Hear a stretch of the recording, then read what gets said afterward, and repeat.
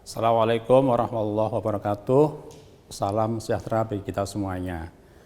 Para mahasiswa, khususnya yang mengambil mata kuliah Administrasi Pemerintahan Daerah pada program Magister Administrasi Publik.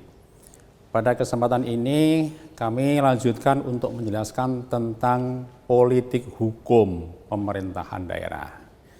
Yang dimaksud dengan politik hukum adalah satu kebijakan yang berupa regulasi yang ditetapkan di dalam peraturan perundang-undangan.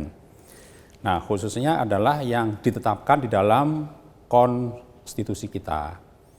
Nah, kita tahu semuanya bahwa konstitusi kita adalah pertama kali adalah Undang-Undang Dasar 1945 yang disahkan pada 18 Agustus 1945. Nah, pemerintahan daerah itu diatur di dalam pasal 18. Ya. Nah, intinya pengaturan pemerintahan daerah di dalam pasal 18 UUD 1945 itu bunyinya begini, bahwa negara kita itu menganut negara kesatuan, tetapi tidak diselenggarakan dalam bentuk sentralisasi, tapi dibentuk dalam sistem namanya desentralisasi. Nah, di sini diatur bahwa negara Indonesia terdiri atas daerah besar dan daerah kecil.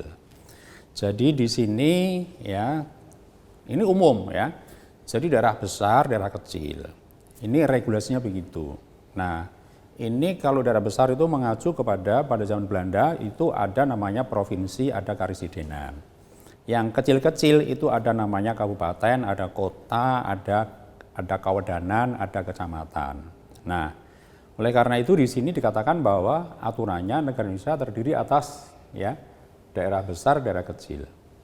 Jadi sejak awal ya maka daerah sistem pemerintahan kita itu nanti ada pemerintahan pusat, ada daerah otonom yang besar, ada daerah otonom yang kecil. Nah, nanti akan dituangkan dalam undang-undang besarnya kayak apa, yang kecil kayak apa. Kemudian yang penting lagi adalah ada dua daerah yang pada zaman Belanda itu sudah ada, yaitu namanya Zelfbesturendelandschappen.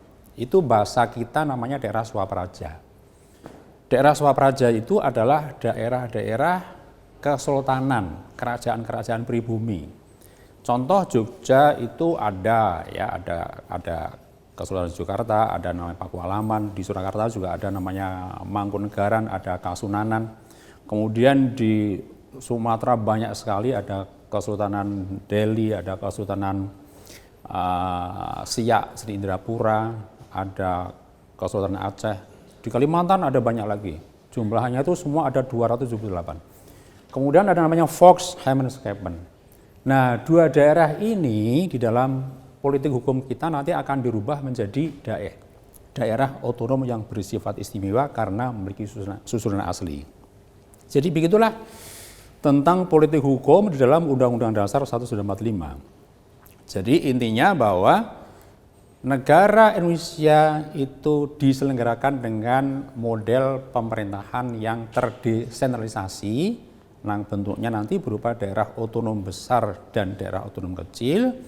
Kemudian bekas-bekas kesultanan itu nanti dirubah menjadi daerah otonom yang bersifat istimewa. Yang Volksgemeinschappen itu desa, nagari, kampung, marga, dan lain-lain itu juga dirubah menjadi daerah otonom kecil yang bersifat istimewa. Demikian teman-teman semuanya, mudah-mudahan dipahami, dan untuk lengkapnya silahkan dibaca modul negara bagian dan pemerintahan daerah. Terima kasih.